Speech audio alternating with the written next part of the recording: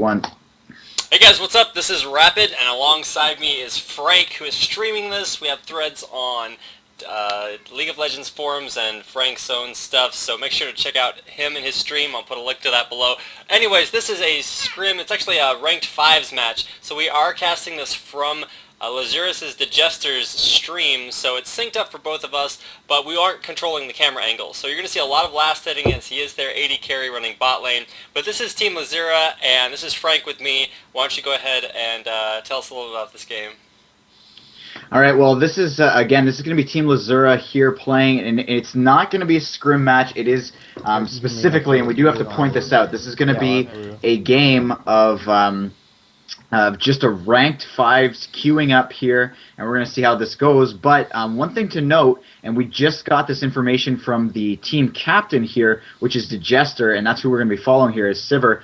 And actually, he is spotting out that Shaco has gone over there with a nice ward placement there by Jana, so that's a nice team concept there that you're going to be looking at as well, is knowing when to place down those wards. But one cool thing to note here is that actually that Jana specifically, who's going to be going by the name Atomic, is actually a new player, and this is going to be their first team game with him, so that's going to be really interesting to watch. It looks like Shaco here is going to get caught out, though, and with Lee Sin jumping on top of him, and you've got actually blades being thrown here by Sivir, and here's the boomerang blade going to be doing a ton of damage, and it looks like Ted Stickles with Lee Sin is going to catch that first blood, as Shaco went for a really aggressive and alone trying to steal that blue buff, so really interesting start, and it's going to be a nice benefit there for their jungle here in Lee Sin. Yeah, and they probably should have left that box there. It would have helped them jungle that. But key thing there is placing that ward early. When you're going up against the Shaco, a lot of people consider him to be a normal Q terror. He's just really good at capitalizing on people who aren't paying attention, and he is the king of counter jungling. Besides like Sivana and stuff like that. But they did a really good job warding that, and that let them pick up the early kill on Shaco. So props to them doing that there.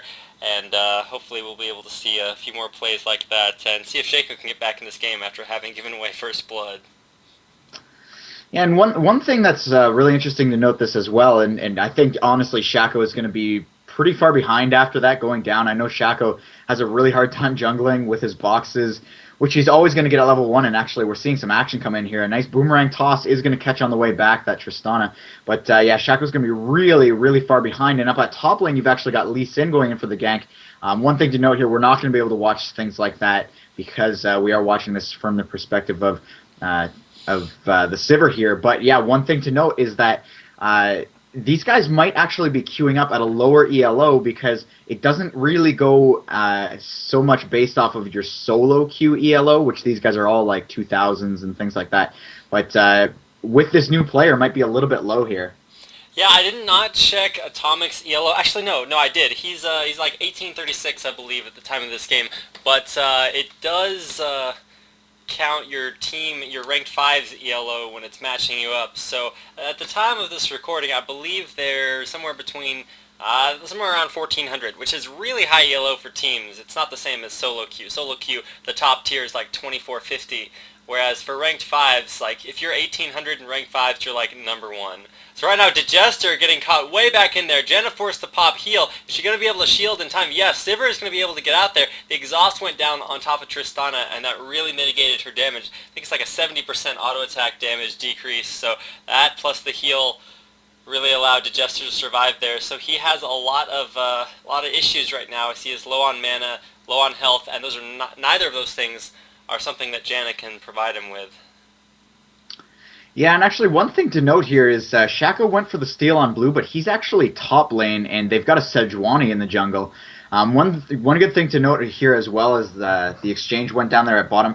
When Jana got up that shield, DeJester did definitely the right thing and used that extra attack damage to go after the Leona here and do a little bit of damage there, forced her to use a health potion, but for a little while there she wasn't able to really do much. Nice shield there coming up from Jana, and Tristana trying to get the jump but getting popped up by the tornado, so nice exchanging there. Yeah, well. Atomic was so clutch there. He, put the shield on before the damage from Leona's stun could happen after the Zenith Blade, and as Tristana was jumping up in mid-air, used the tornado to knock her out of the air, preventing her from getting the damage from her rocket jump. So right now Atomic is going to go down the dot. Yeah, goes ahead and picks up Atomic. So that brings the score back to 1-2. So DeJester's going to be a little bit alone in lane, but I do believe Atomic, did his job saving the AD carry's life. So as long as Sivir doesn't miss too much CS, I think she should be okay. But Leona is waiting in that bot bush, so we'll see if that's going to become a factor here. Yeah, and actually, I did an interview with DeJester yesterday, and he was talking about tons and tons of these crazy different insights into the range AD role, and one of the things that he noted was his initial build, and you can actually see that he's got 81 attack damage at level 4 with no extra AD, so that's actually a very high amount of damage. As well as the exchanges and basically the pairing up of, just all these different aspects. And I don't think that he's necessarily played with too many Janas as his Sivir, but we're going to see how this one does work out. And one thing to note as well is exactly when he's going to be able to go back. You do see Jana has come back into this one, and Leona stopped Sivir from going back, so she's going to be here, I think, for another little while, just trying to CS this one down. And if Atomic's, I think this is actually like the tryout for Atomic, so if that's the case, where he's going to have to really prove himself here. He has already given up a kill, but I still think, yeah, he's done some really, really nice exchanges and some clutch plays in saving Sivir. Mid lane getting ganked by Sejuani right now. I'm not sure if that's going to result in the kill, but at least in it was bot waiting for a gank. Goes up there, and Slush actually picks up the kill there, and Ted Stickles with the other ones, so definitely worth it for lysier to back off of bot and go help out mid lane, as they just scored 2 more kills, and I believe that brings it even 3-3 right now. So DeJester's a little low. He's out of mana and out of health pots, so he's probably going to be able to go back here pretty soon and just leave Jana there to hold the lane. When he has the shield on, he goes up to like 107 AD, so that's a little impressive from a Sivir. And this is post-Sivir nerf, so her R is not quite as fast, and Boomerang Blade does a little bit less damage, but hopefully that's not gonna affect him too much. And I'm really interested to see how the Sivir works post nerf, and see how effective those balance changes are to bringing her back in line with where Riot wants them to be. Looks like Leona did just pink Dragon, and so they're not going to have a ward there right now, and that means that the warding on the map is kind of non-existent for Lzuruha.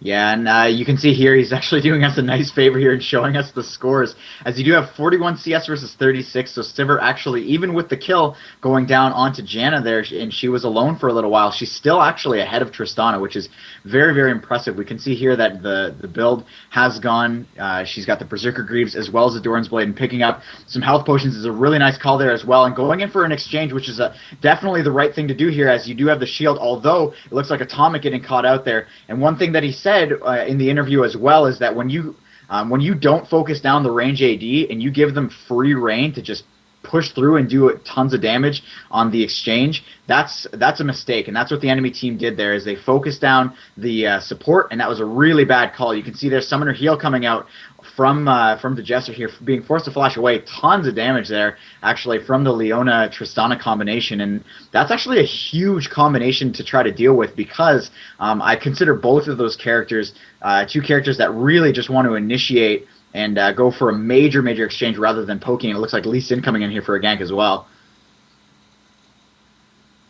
Actually, the tornado not hitting Leona, I was kind of watching there. I was like, oh my goodness, what's going on? Because Ted Stickles came in there, and he kind of did the Rammus thing, where there's a ward there, but you just keep on going anyways, and it worked out really well. He missed his Q. I was pretty sure he was going to hit that, but he did go ahead and miss that. Tristana's actually full health right now, so to combine with DeJester's very low health after those trades, looks like bot lane's getting a little bit behind. We'll see what happens when we check the CS out again. It looks like he's picking him up relatively easily, but he really has to watch out for that gank. Actually, Ted Stickles ghosting in through the bot bush. I don't think they have a ward there, so I don't think they're going to be aware that Ted Stickles is waiting in the eaves, and DeJester's just going to kind of bait out his low health and low mana, and we're going to see if they take the bait.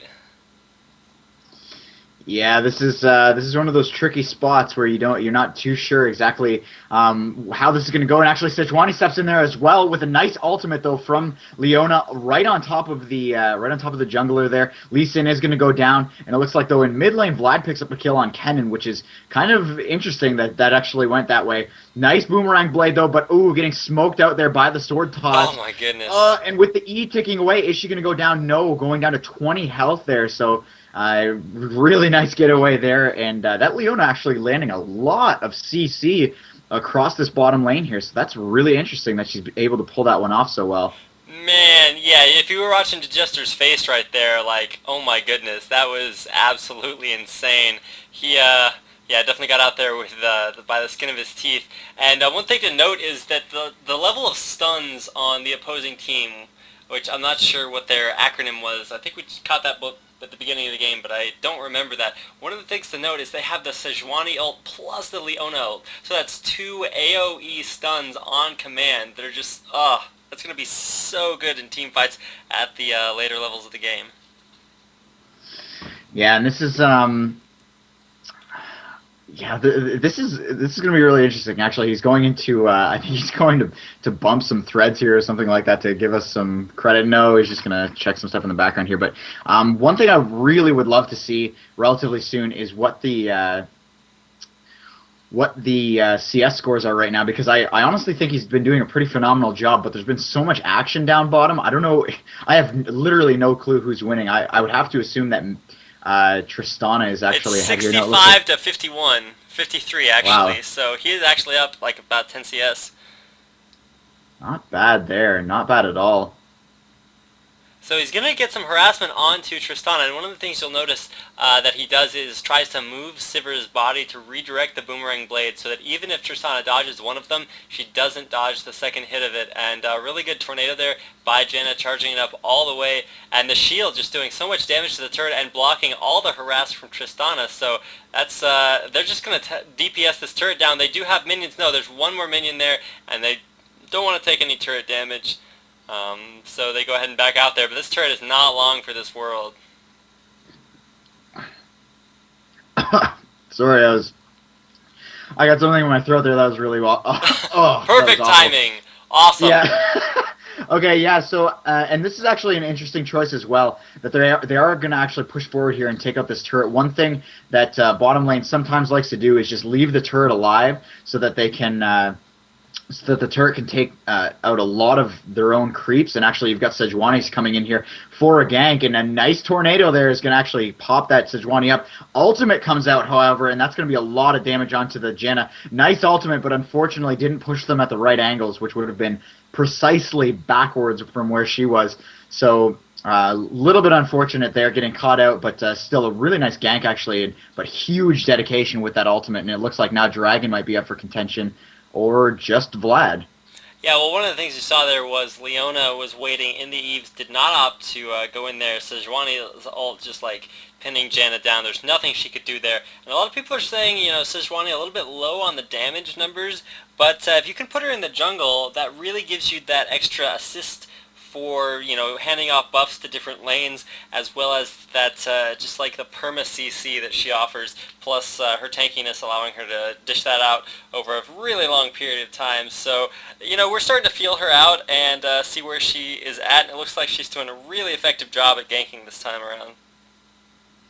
Yeah, and actually, it does look like the Dragon is going to be grabbed here by Lee Sin for the, Team Blue here, for Team Lzura, and they might actually be able to pick this one up. It looks like Sejuani and Kennen are going to be coming down here, but that Dragon's definitely going to die before they get there. But they might catch somebody out here as Vlad's going to step in. Actually, Vlad catching the Kennen in transition there, so nice exchange there, and it's going to be a very clean Dragon with that pink ward. Yeah, one of the things I noticed is Atomic is getting out the damage or the death timer on Dragon, and once again the perfect wind or tornado to knock up. What is his name? Lysier? Lysier? Yep. Cannot read that effectively. Oh, the heal coming up, saving the life Oh wow, barely doesn't block that, and the ult comes off from Tristana, picking up DeJester, so just not enough CC there. Tries to protect him to the best of his abilities, but just not enough. But here comes in Vladimir. Is he going to get the double kill? So much damage going off onto Leona. Leona is going to go down, the Q coming off CD, and right now Atomic just needs to get out of there. Tristana is going to go hard to paint because she knows she is going to get picked up. The last hit from Jana does go down, and Atomic actually picks up that kill. Yeah, that was really brutal, actually. I don't know whether it was a good choice there to use the tornado. I think she could have stayed just out of range, especially as Jana, who's clearly got more move speed than the Tristana does. I don't know whether or not Jana actually had boots, but she seemed to be keeping a pretty good distance, and I think it was just that last little halt in the movement animation there when she turned around and fired off that tornado. That was really, I think, what did her in there. And Tristana did get popped up, but ended up getting picked off there. And with Vlad in the background, I think Jana was definitely okay to keep going. But either way, it looks like we're at 9-9 here, but with one dragon up. One way to look at the dragon kill is basically if we get to see the CS scores again, and this is a nice way to look at it for any of you viewers out there, is when you see the scoreboard, just basically add 10 CS to everybody's score, and that's basically what it's like to have a dragon under your belt. Yeah, really crucial. Also, I know what you're talking about with the speed boost from Jana's passive. Oh, wait, we did see Slush picking up another kill there mid lane. Looks like they're still pushing in there, so they may pick up another one. Top lane, Shaco is going right on top of Riven, so I'm not sure what's going on there. But, wow!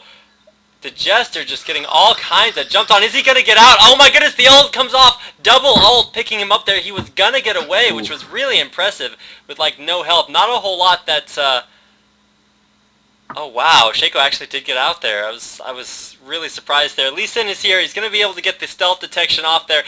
Yeah, Shaco going down right before the epic bait of Riven died. That was really good timing. Yeah, and actually getting the double shield off there.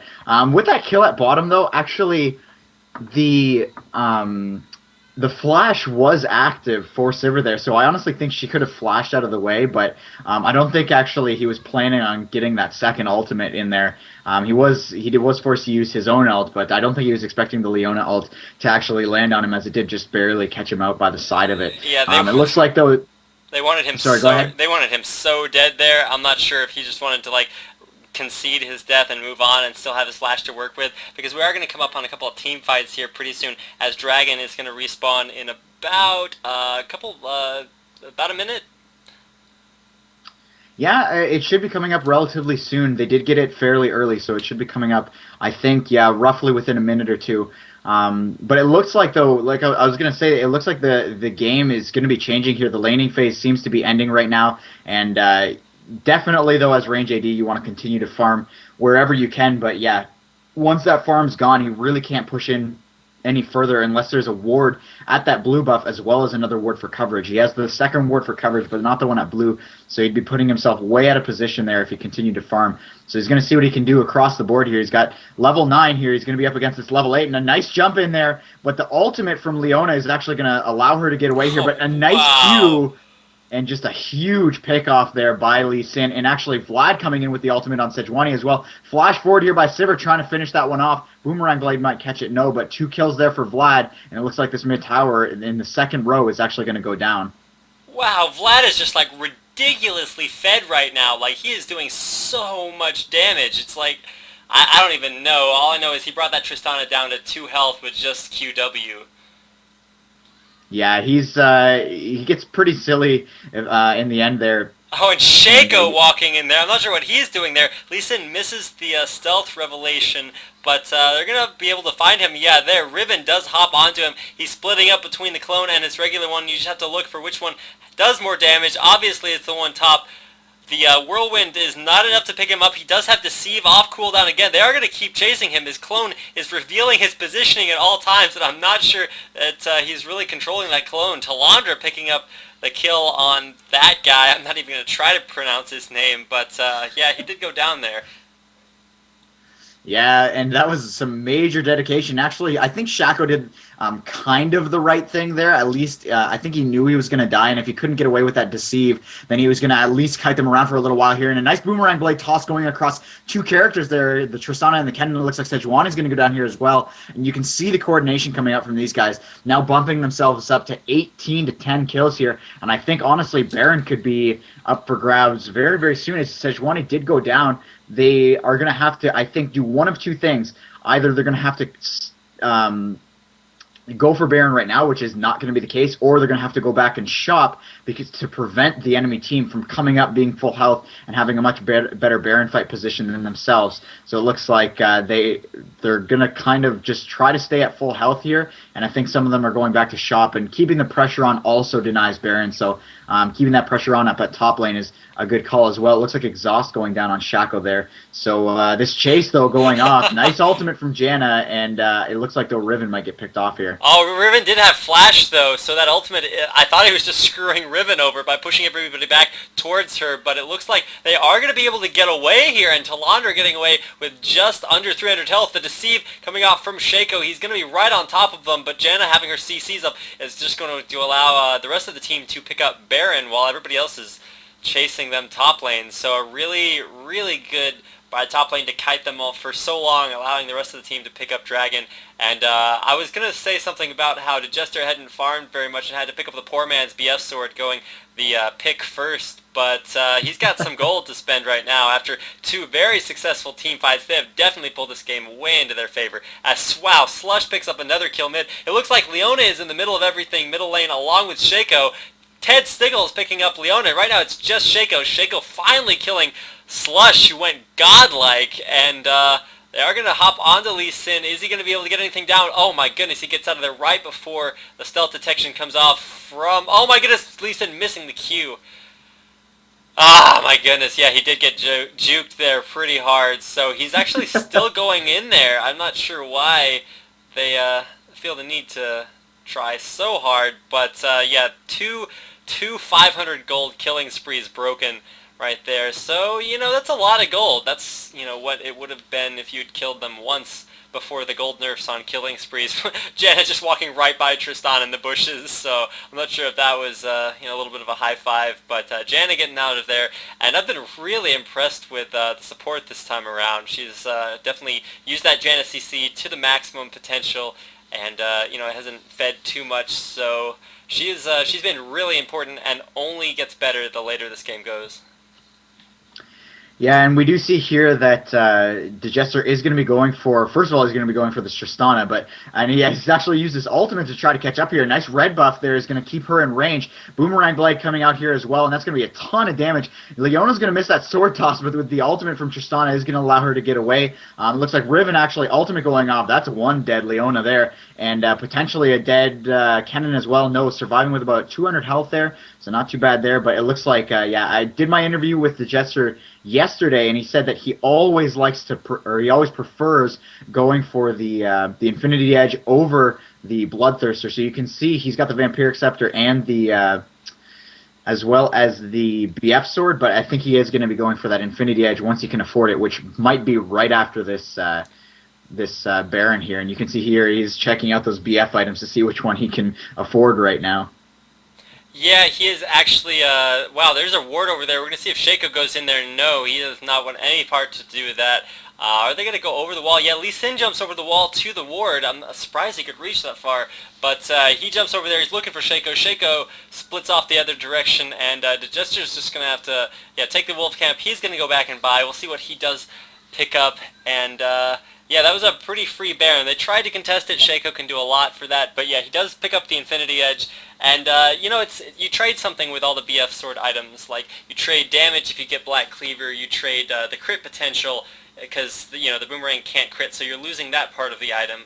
But if you get Bloodthirster, you can't lifesteal either, but it does stack up higher on damage, so he's just going for the straight, you know, the sure damage top lane. Wow, Riven in the middle of three people, and the Jana ult coming off, healing him back up. The Ignite just finished. Leona ult coming in, but Riven just dodging it. And wow, so much CC right there. I'm just not sure they can deal with that. Yeah, and Sivir is not close to this fight, which could be basically a spelling out of how one-sided this game has been going as, wow, lots of kills going down out of nowhere here. Flash forward, probably going to spot out this Shaco somewhere, and you can tell he's looking desperately to find this Shaco. Hasn't found him yet, and it looks like those he's probably gone to the top side, the top left corner there, bushes.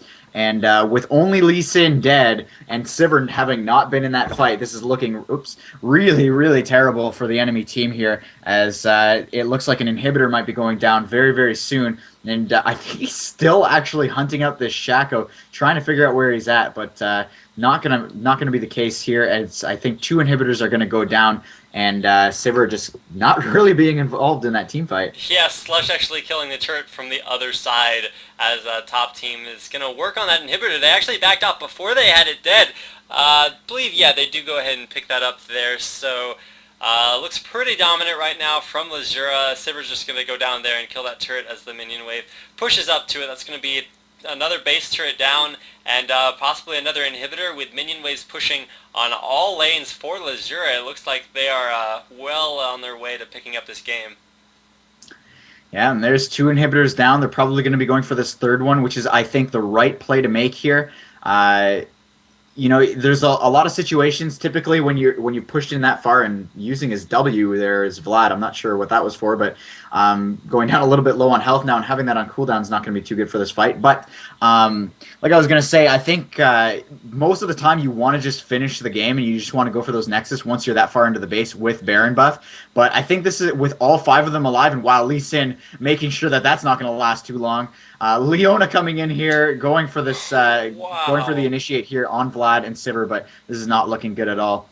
To finish my thought, I was going to say, basically, when all 5 of them are alive, you just want to take out as many inhibitors as possible, but it looks like, though, they are going to be able to smoke this team, and this is most likely going to be GG within the next 2 minutes. Yeah, they're pushing onto that turret. Kennen doesn't really stand a chance there. He ults just to keep them off of him, but so much damage. Plus, oh my goodness, a perfectly aimed boomerang is just going to keep him from being able to do absolutely anything. Sejuani might go down before she gets on the platform. Yeah, she does. It actually takes down Telandra with her, and Lee Sin. So a double kill for the Sejuani, dying on the platform, but that's going to be a GG. So, wow, props to Lzruha for picking this up. It looks like they were able to deal with that CC just by having so much of a better team fight. Mid won really, really hard, and even though DeJester was having some problems, bot lane, top also won, plus Ted Stickles in the jungle pulling it out pretty heavily. Looks like they are going to get picked off a little bit, as they kind of overstayed their welcome, but with 3 inhibitors down and minion waves pushing on all fronts, I don't think there's going to be a whole lot. And actually, Atomic just surviving as long as he possibly can until Slush gets there, and with the CC from Jana and the retard damage from Slush, I believe this is going to be enough to pick up Shaco. Actually, Jana does go down, but Slush picking up the kill on Shaco, so trading is not what you want to be doing right now, and I'm not sure if that was, you know, quite wise from the other team. But at this point, we're just looking for Lzruha to close out the game. Minion waves are all the way up in the base. Both Nexus turrets are down, and looks pretty good for Lzruha right now. Yeah, and it looks like that green buff is going to go, or the green pot is going to go on to DeJester here, and he's going to pick up that Zeal as well. So that's a lot of attack speed and a lot of crit chance coming out with the Berserker's Greaves and the Zeal and the Infinity Edge. That's going to be a lot of just a lot of damage basically to try to deal with here. And that Nexus is still surviving. And one thing to look at here is actually, wow, the surrender vote now coming out after having farmed up a ton. I was going to say they were farming for a little while there, and actually that's a really hilarious dance from Sejuani.